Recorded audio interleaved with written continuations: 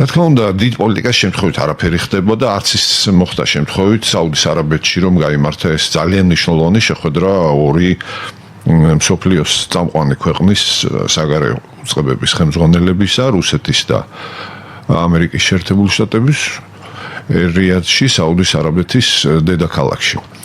ალბათ დაკვირვებული მაყურებელი შეამჩნევდა, რომ პრაქტიკულად პარალელურად გაიმართა შეხვედრა თურქეთის რესპუბლიკაში, თურქეთისა და უკრაინის პრეზიდენტებს შორის და ალბათ დაკვირვებული მაყურებელი მიაქცევდა ყურადღებას, როგორი უკმაყოფილო სახე ჰქონდა გამომეტყველებას გულისხმობ თურქეთის პრეზიდენტს. რას უკავშირდებოდა ეს უკმაყოფილება? რა თქმა უნდა, პირველ რიგში იმას, რომ ეს შეხვედრა გაიმართა საუდის არაბეთში და არა თურქეთის რესპუბლიკაში. უნდა ვიცოდეთ, რომ ამ ორ ქვეყანას შორის ძალიან დიდი კონკურენცია არის პოლიტიკური გავლენების კუთხით. არა მხოლოდ აღმოსავლეთში, აი ზოგადად გეოპოლიტიკის კუთხით.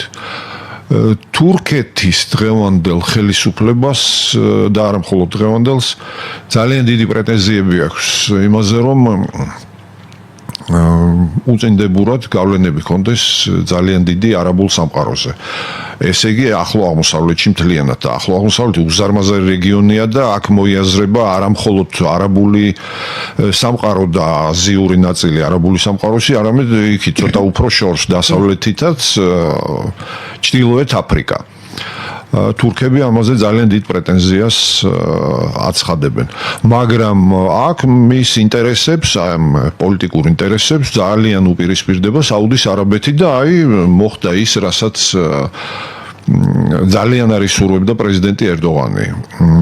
ეს შეხვედრა უნიშნულოვანესი გაიმართა რიადში, საუდის არაბეთის დედაქალაქში.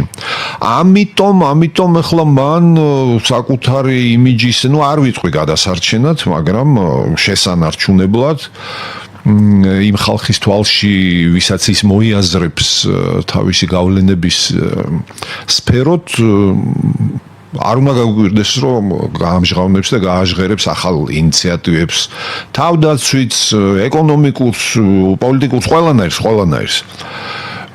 ეს ასე იქნება, იმიტომ რომ ერდოღანი გარდა იმისა, რომ ძალიან ჭკვიანი კაცია, ძალიან ამბიციური კაციც არის.